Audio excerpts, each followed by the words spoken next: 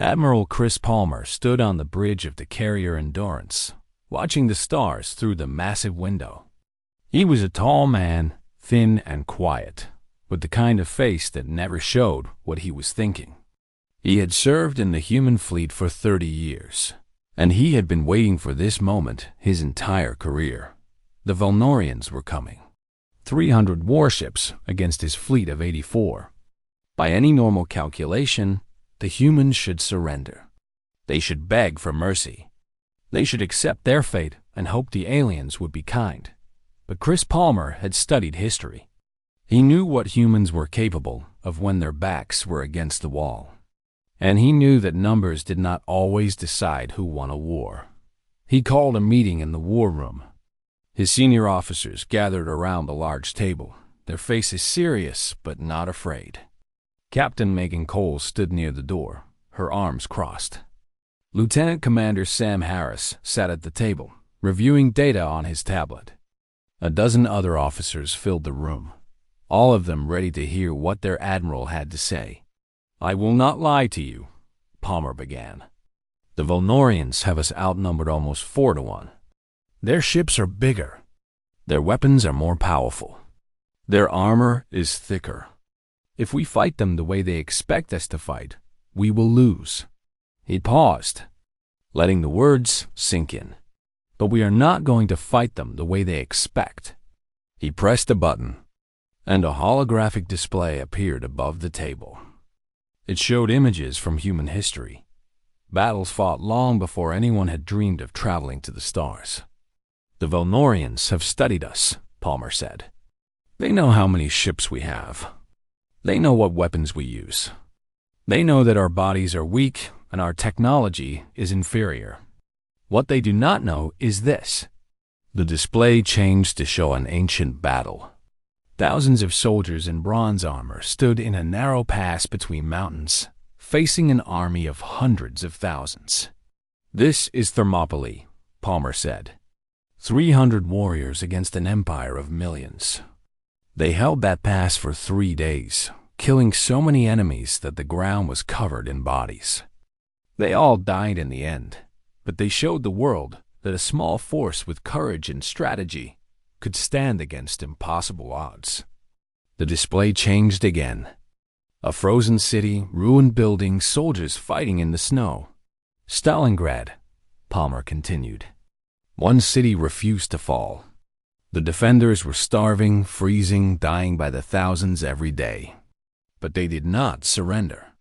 They fought for every street, every building, every room. And in the end, they won." More images appeared. Jungles and mountains and deserts. Small groups of fighters facing massive armies. Throughout our history, we have faced enemies who were stronger than us, who had more soldiers than us, who had better weapons than us. And again, we found ways to win. Not because we were more powerful, but because we were more stubborn, more creative, more willing to do whatever it took to survive. Captain Cole spoke up. "The Velnorians have never lost a war.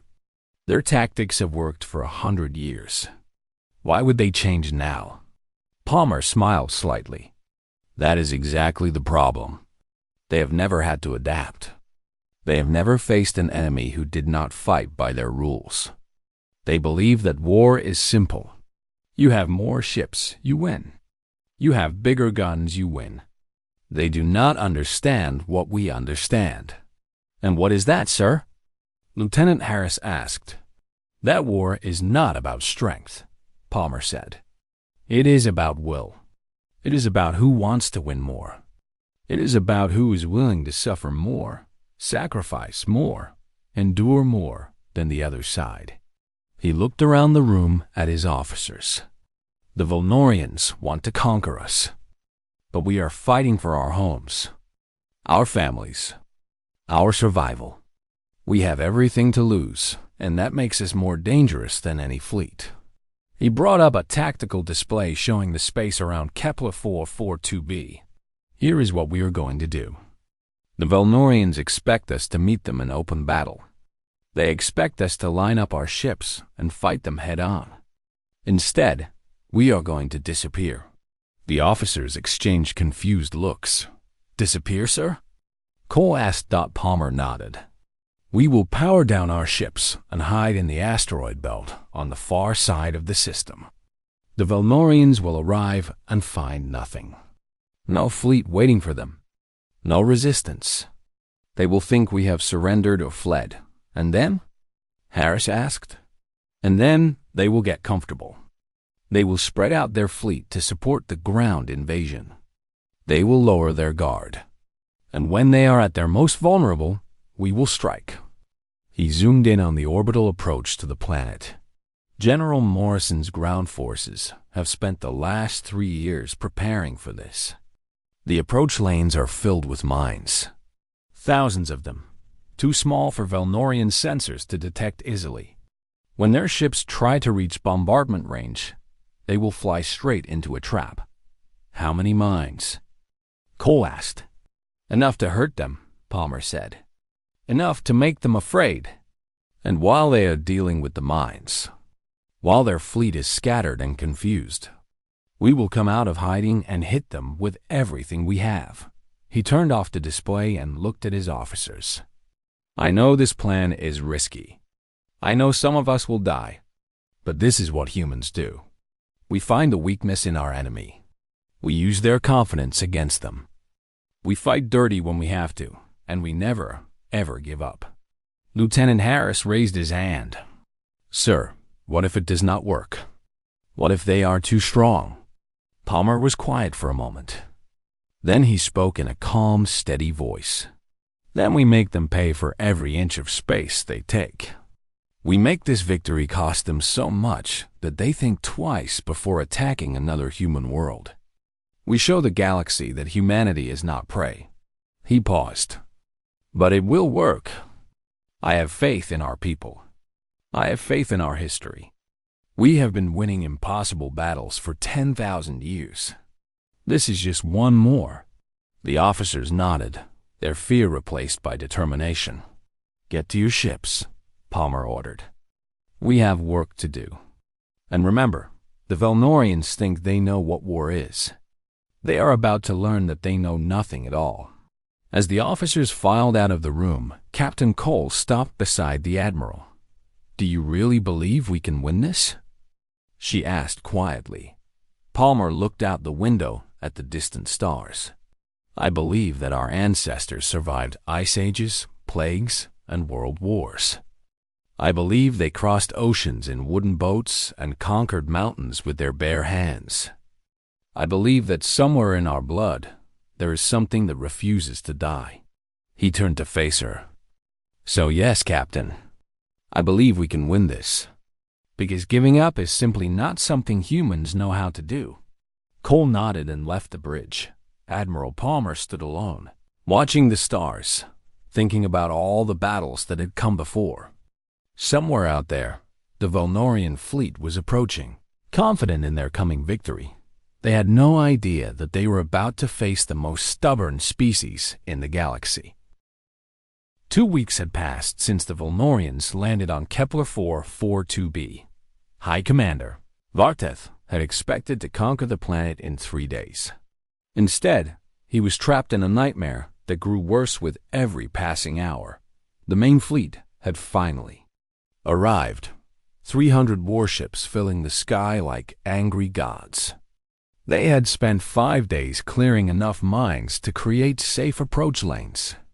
They had lost 23 more ships in the process, destroyed by weapons they could barely see. But eventually, they had reached the planet.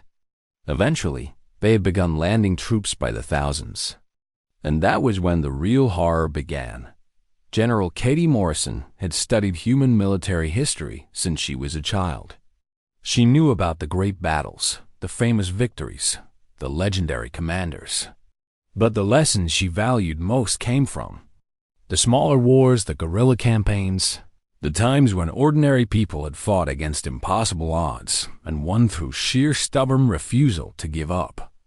She had trained her soldiers in these lessons, and now they were putting them into practice. The Velnorians expected the humans to form defensive lines. They expected traditional combat, army against army. Instead, they found ghosts.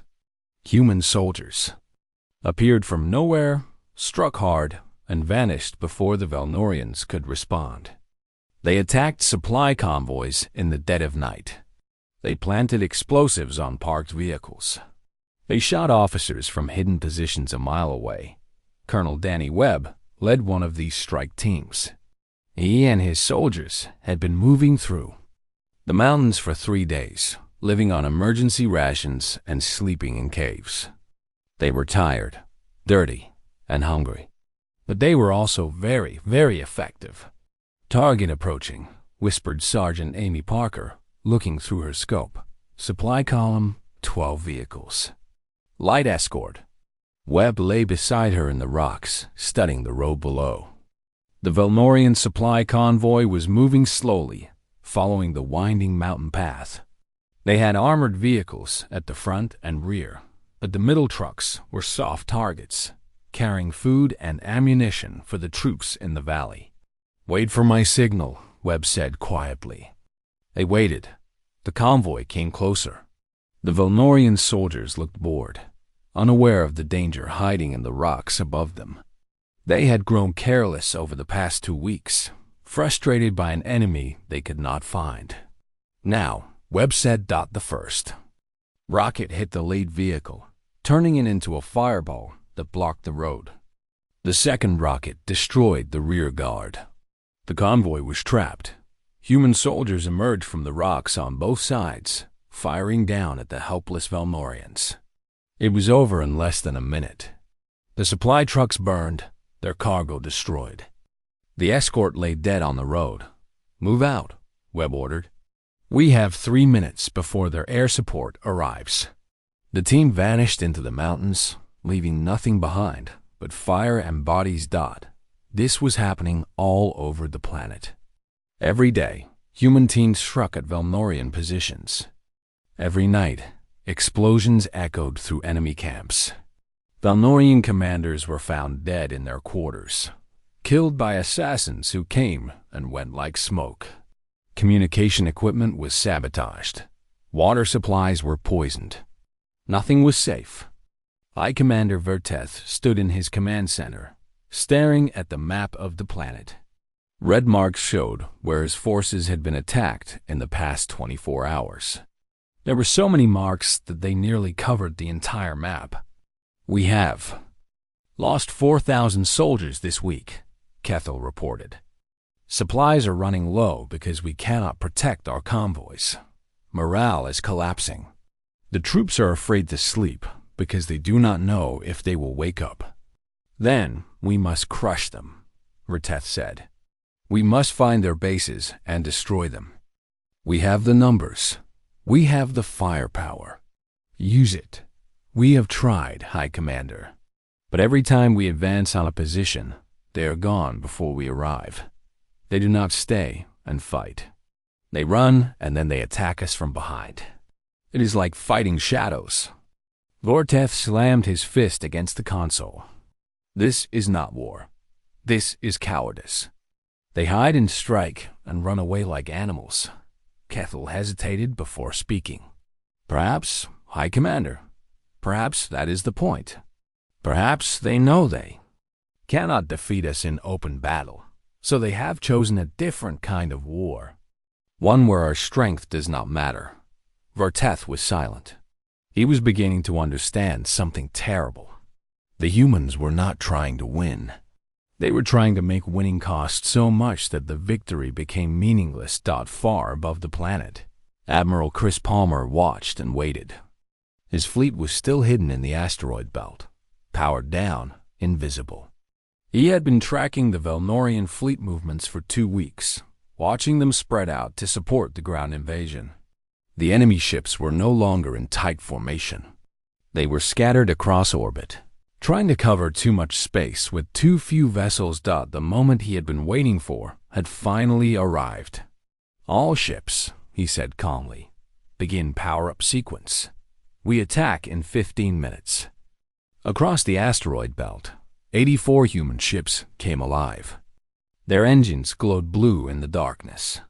Their weapon systems hummed with deadly energy. Crews who had been waiting for 2 weeks finally had something to do. Captain Megan Cole stood on the bridge of her destroyer, the Swift Arrow. She was nervous, excited, and determined. This was what she had trained for her entire life. "All stations report ready," her first officer said. "Good," Cole replied. "Remember our orders. Fast and aggressive. We hit them hard, cause as much damage as possible, and do not let them regroup. This is not a battle of attrition. This is a knife fight in the dark." The fleet moved out of the asteroid belt in perfect coordination. They came from an unexpected angle, appearing on Valnorian sensors only moments before they were in weapons range. Admiral Palmer's voice came over the fleet communication system. "All ships, engage. Make them remember this day." The human fleet struck like a hammer. Small, fast, and deadly, the human ships tore into the scattered Valnorian formation. They did not try to fight fair. They ganged up on individual ships, 3 or 4 human vessels against one enemy, overwhelming them with coordinated fire before moving to the next target. The Valnorians tried to respond, but they were not prepared for this. Their ships were spread too thin. Their communications were confused. By the time commanders understood what was happening, they had already lost a dozen vessels. Vor single quotes Te watched from the Eternal Dominion as his fleet was torn apart. "Where did they come from?" he shouted. "The asteroid belt," Cathal replied, his voice shaking. "They were hiding there the entire time. We never thought to look. The battle raged for 3 hours. Human ships darted between larger Valnorian vessels, exploiting weaknesses, avoiding the heavy weapons that could destroy them in one shot. They were outnumbered and outgunned, but they were faster, smarter, and fighting for their home. When it was over, the Valnorians had lost 87 ships. The humans had lost 20-3. Admiral Palmer looked at the destruction floating in orbit and felt no joy. Those 23 ships had been crewed by good people, brave people who had died to protect their world, but they had won. Against all odds, they had won. "Signal to all surviving ships," Palmer ordered. "Withdraw to secondary positions. This is not over yet, but we have shown them what we are capable of." The Valnorians came here expecting easy prey. They found warriors instead. On the surface below, General Morrison received word of the fleet's victory. She allowed herself a small smile before turning back to the map. "Keep up the pressure," she told her officers. "They are hurt and confused. Do not give them time to recover. Hit them everywhere, all at once. Make them feel like they are surrounded by enemies they cannot see." The war was far from over, but for the first time, the Valnorians were starting to wonder if they had made a terrible mistake. The war lasted 3 more months. 3 months of blood and fire and endless death. The Valnorians had the numbers and the technology, but the humans had something else. They had the will to keep fighting no matter how bad things got. High Commander Varteth tried everything. He ordered massive bombardments from orbit, but the humans had hidden their important facilities underground. He sent wave after wave of troops into the mountains, but the soldiers who went in never came back out. He established fortified bases across the planet, but every base was attacked within days, sometimes within hours. The humans were everywhere and nowhere. They struck without warning and vanished without a trace. They knew the land, knew the weather, knew every cave and valley and hidden path. The Valnorian soldiers, who had conquered 17 star systems, found themselves afraid to patrol at night, afraid to leave their bases, afraid of an enemy they could rarely even see. And in space, Admiral Palmer kept his fleet moving. He never let the Valnorians pin him down. He appeared, attacked, and disappeared before they could respond. His ships were faster, and his captains were smarter. Every time the Valnorians thought they had him trapped, he found a way to escape and strike again from an unexpected direction. By the end of the third month, the Valnorian invasion force was broken. They had started with 300 warships and 100,000 soldiers. Now they had less than 100 ships and barely 30,000 troops, most of them hiding in their bases, waiting for an evacuation that many doubted would ever come. Vertath stood alone on the bridge of the Eternal Dominion. His flagship had taken heavy damage in the last battle. Half his crew was dead. The ship limped through space, barely able to hold together. Kethel approached carefully. The tactical officer looked exhausted, his carapace dull and cracked from stress. "Aye, Commander," he said quietly. "We have received orders from the Empire. We are to withdraw immediately. The Senate has decided that Kepler 442b is not worth the cost." Vertath did not respond at first. He stared out at the stars, at the planet that had destroyed his career and shattered his belief in Valnorian superiority. How many ships can still make the journey home? He finally asked. 94, if we leave the most damaged ones behind. And the soldiers on the surface? Kethel hesitated. We can only evacuate about half of them.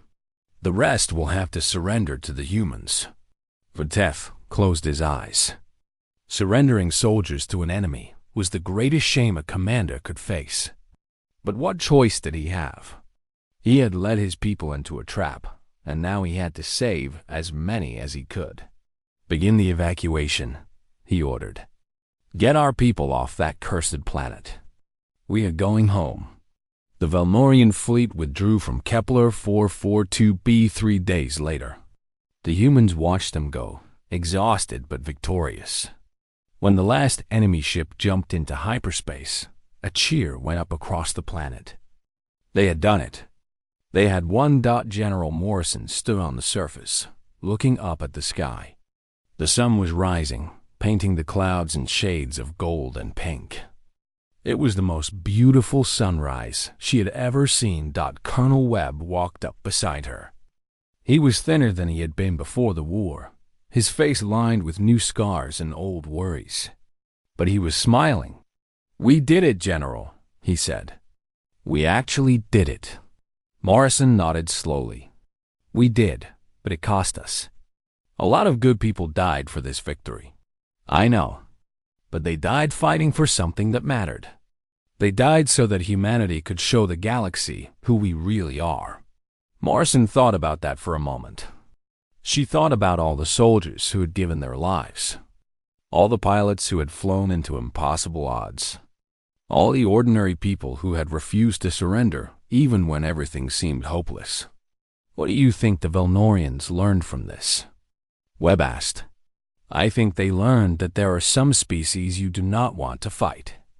Some species that are more trouble than they are worth." Morrison looked at him.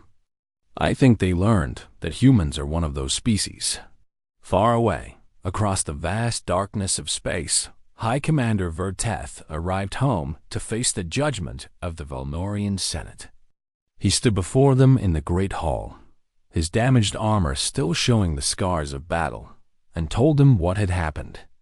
"We studied their ships," he said. "We studied their weapons. We studied their numbers. And we concluded that they were weak, primitive, easy to conquer. We were wrong." The senators listened in silence. Many of them had never seen Vertath look so defeated.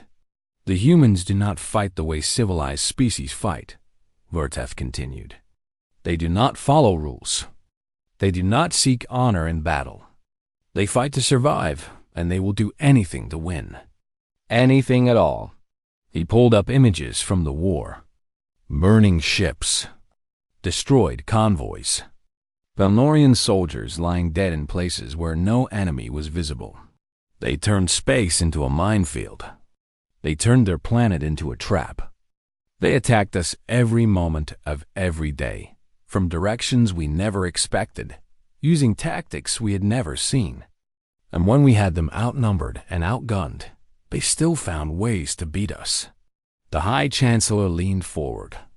"What do you suggest we do now, Commander?" Should we send a larger fleet? Should we return with overwhelming force? Vertef shook his head. No, we should do what wise hunters do when they encounter something more dangerous than themselves. We should leave humanity alone. We should find easier prey. And we should pray to our gods that they never decide to expand in our direction. The Senate chamber was silent for a long moment. You are saying, the Chancellor said slowly, that we should fear these creatures? These soft, short-lived beings with no claws and no armor? Yes, Verteth replied simply. I am saying exactly that. I have fought many species across many worlds. I have never faced anything like the humans. They are not the strongest species in the galaxy. They are not the smartest or the most advanced. But they are the most stubborn. And that stubbornness makes them more dangerous than any enemy we have ever faced. The Senate agreed to leave humanity alone. The Velnorian Empire, which had never lost a war, officially declared the campaign against Kepler 442b to be strategically unnecessary and moved on to easier targets. But the news of what had happened spread across the galaxy. Other species heard about the humans who had laughed at an empire's war cry. They heard about the impossible victory, the tactics that seemed like madness, the sheer refusal to surrender. And for the first time, the galaxy began to understand that there was something different about these strange creatures from the small, blue planet called Earth. Back on Kepler 442b, life slowly returned to normal. The cities were rebuilt. The farms were replanted. The soldiers came home to their families, carrying memories they would never forget. General Morrison retired a year later. On her last day in uniform, she visited the memorial that had been built for the soldiers who had died in the war. Thousands of names were carved into black stone, each one representing someone who had given everything to protect their home.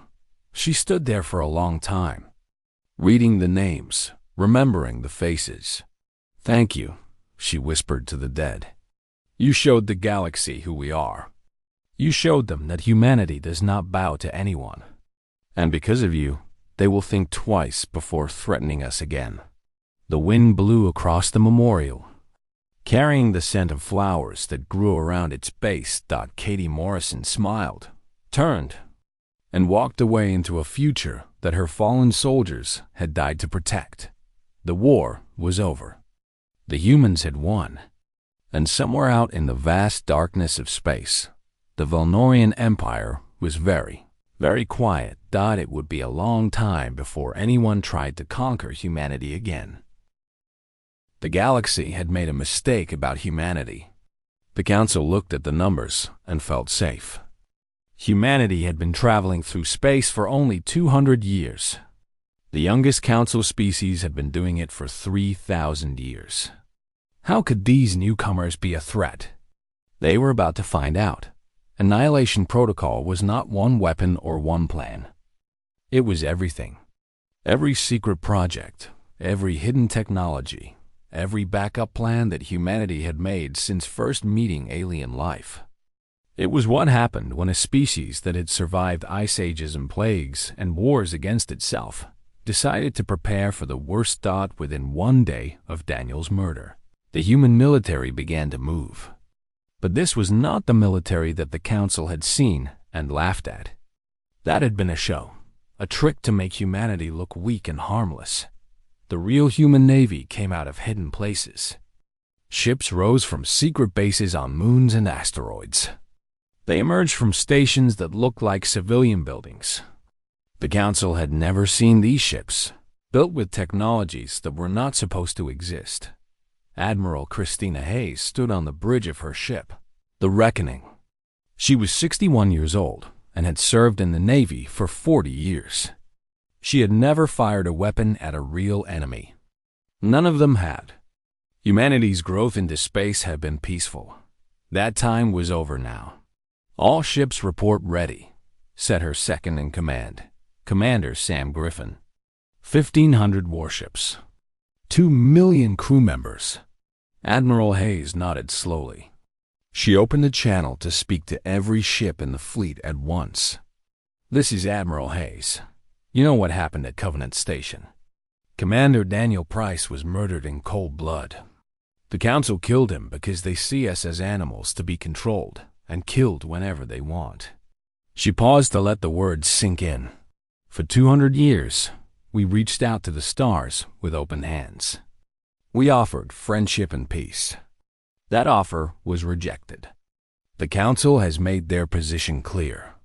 Humanity will never be accepted, never be respected, never be safe as long as they have power over us." Her voice grew harder. "So we will take that power away. Annihilation Protocol is not about revenge or conquest. It is about survival. We will destroy the Council's ability to threaten us, and we will do it so completely that no one will ever think about attacking humanity again." She straightened in her chair. "Some of us will not come home, but those who fall will die knowing they protected everyone they left behind. That is what we do. That is who we are. We are human, and we do not go quietly." She gave a sharp nod. "All ships, prepare to jump. First target is Covenant Station. Let us show them what they woke up." The fleet jumped. Covenant Station had defenses. It was the center of galactic government, protected by the combined forces of 17 species. Over 200 warships flew around it. Weapon platforms floated in orbit. Defense systems covered the surface. Against a normal enemy, these defenses would have been more than enough. The human fleet appeared from hyperspace in perfect formation. Immediately, they released electronic weapons that the Council had never seen before. Karath targeting systems went crazy, seeing enemies that were not there while missing the real ones. Moravian shields flickered and died as human computer viruses attacked their networks. Rick's communication channels filled with noise as human jammers blocked their signals. In the first 30 seconds, before anyone fired a single shot, the Council's defenses fell apart. Then the real fighting began. Human weapons were far more powerful than anyone had expected. The Council thought humanity was still using primitive technology. They were wrong. The Reckoning fired its main guns. Metal rods flew at incredible speeds, tearing through 3 Karath destroyers before they could even try to move away. Admiral Hayes watched the battle on her screens, giving orders with calm precision.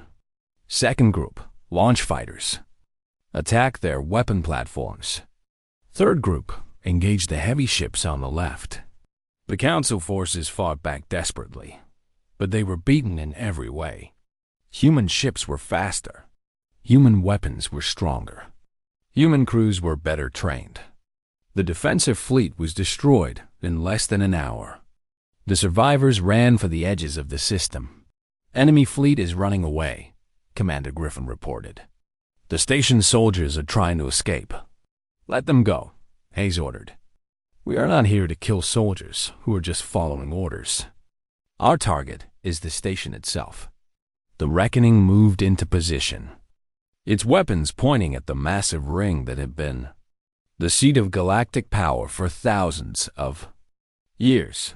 "Open a channel to the station," Admiral Hayes ordered. Her face appeared on every screen on the station. "This is Admiral Christina Hayes of the United Terran Navy. You have 15 minutes to get everyone off the station. Anyone who wants to leave can go without being harmed. After 15 minutes, we will fire. There will be no second warning." She ended the transmission. The next 15 minutes were chaos. Shuttles and escape pods launched from every part of the station. Diplomats, workers, and civilians fled the destruction they knew was coming. Human ships held their fire and let the evacuation happen. When the time was up, Admiral Hayes gave the order. The destruction of Covenant Station was complete and thorough. The Reckoning and its sister ships reduced the ancient station to pieces, erasing the symbol of Council authority from existence. But this was only the beginning. Over the next 6 weeks, the human Navy carried out the rest of Annihilation Protocol. They did not invade planets or occupy enemy territory. Instead, they struck at things the Council needed to fight. Shipyards where new warships were built. Fuel stations where ships refilled. Communication networks that let the Council coordinate. Military bases scattered across the galaxy. Each strike was careful and precise. Destroy the military targets. Leave the civilians alone. The Karath homeworld watched helplessly as their orbital defenses were destroyed. The Moravian banking networks went dark as human hackers took them over. Rick's trade routes became impossible to travel as human forces destroyed the beacons that ships needed for navigation.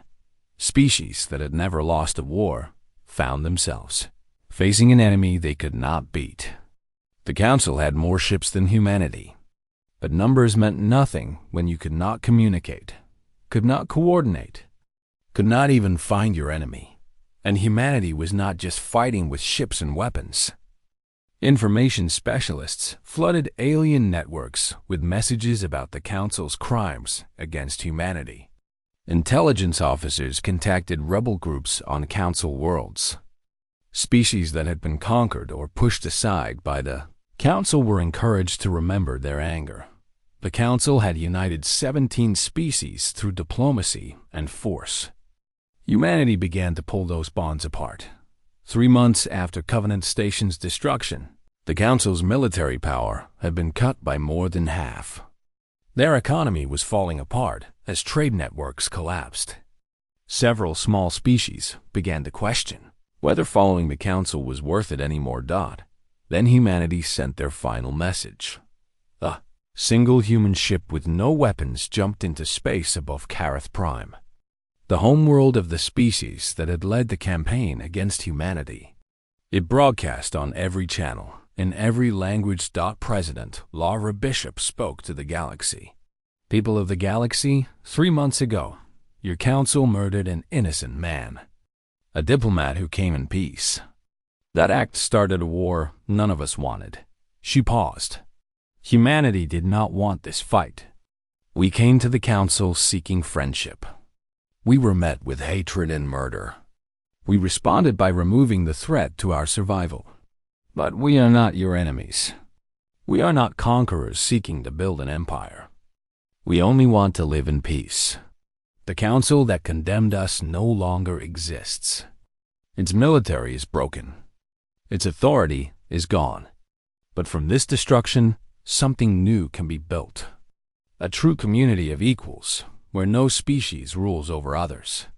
Humanity offers our hand once more, not as beggars asking for acceptance, but as equals ready to work together. We hope you will take it, but understand this. We will never again let anyone threaten our existence. The galaxy has learned what humanity can do when pushed to the edge. We hope that lesson never needs to be repeated. The message ended. The ship jumped away, and across a dozen worlds, people of many species stared at their screens and thought about a future they had never imagined. The months after humanity's message were filled with confusion. The old way of running the galaxy was gone, and nothing had come to take its place yet. Species that had been kept in line by Council power began acting on their own. Some worked with their neighbors. Others fell into old fights that the Council had stopped. President Bishop set up a temporary human meeting place in empty space. It was a small station called New Geneva. It was not much to look at. Just a changed cargo station with basic life support and small rooms. But it sent a message. Humanity was still willing to talk. The first species to send representatives were the Talani. They were the small, furry beings who had been one of the Council's least important members. Their representative was Keth, the same person who had been in the room when Daniel Price was condemned to death. He met with Amy Novak, who was now a captain and humanity's main diplomat. They sat across from each other in a bare room. The weight of history hung heavy between them. "I did nothing," Keth said softly. His translator carried the shame in his voice. "I watched them kill your commander, and I did nothing." Amy looked at him for a long moment. She had spent months remembering that day. Daniel's last order. Her own helplessness. She had expected to feel rage when facing someone who had been there when Daniel died. Instead, she just felt tired. "What could you have done?" she asked. The Karath had already decided. "They would have killed you too. Maybe, but I might have kept some small piece of my honor." Keth's ears pressed flat against his head. "I come now because I believe humanity gives the galaxy its best hope for a different future. The Talani want to be part of that future." This was the first official friendship that humanity made. It would not be the last dot over the next year. Species after species reached out to New Geneva. Some came wanting protection from those who had hurt them before. Others came hoping to trade with humanity's growing industries. A few came simply because they were curious about these strange beings who had turned the galaxy upside down in just a few months. Not everyone came in peace. The Karath government had survived humanity's attacks, but just barely. Their military was a shadow of what it had been. Their economy was broken. Their people were angry and scared. The ruling council blamed humanity for everything. They called for revenge. 6 months after Covenant Station's destruction, a Karath attack force of 20 ships launched a raid on a human colony world called Haven's Rest. They did not attack military targets or important buildings. They attacked families. The attack killed 18,000 people before human defense ships could respond. By the time help arrived, the Karath ships had already escaped, leaving only death behind.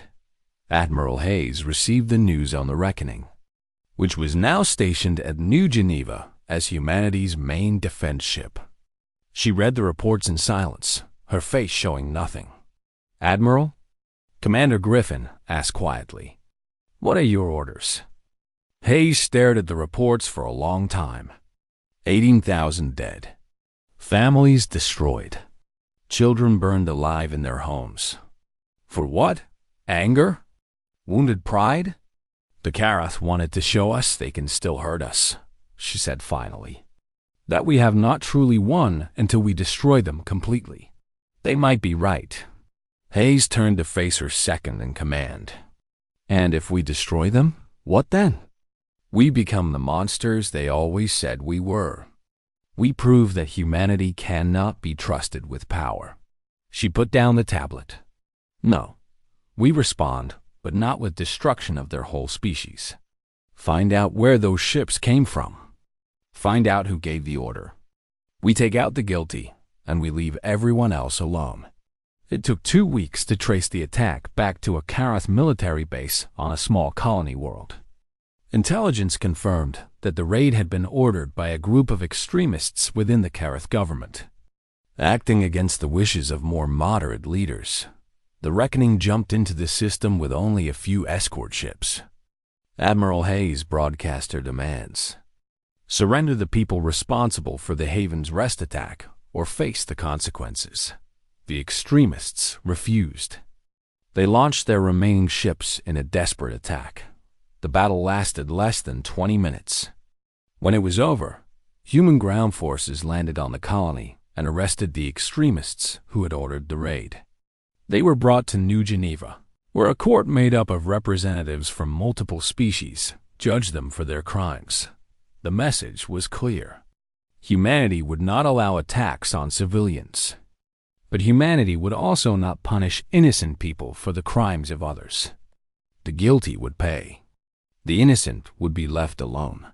This approach won humanity more friends than 100 military victories could have. Species that had feared human power began to trust human judgment. Even some Karath, those who had opposed the extremists, began reaching out to find a way forward that did not involve endless war. But the greatest test of humanity's new order came from somewhere unexpected. The Morvian Stad, the jellyfish-like beings, had controlled galactic money for thousands of years. They were not warriors. Their power came from controlling the banking systems that made trade between stars possible. When the council fell, the Moravians went home and waited to see what would happen. Now they made their move. A Moravian group came to New Geneva, asking to meet with President Bishop herself.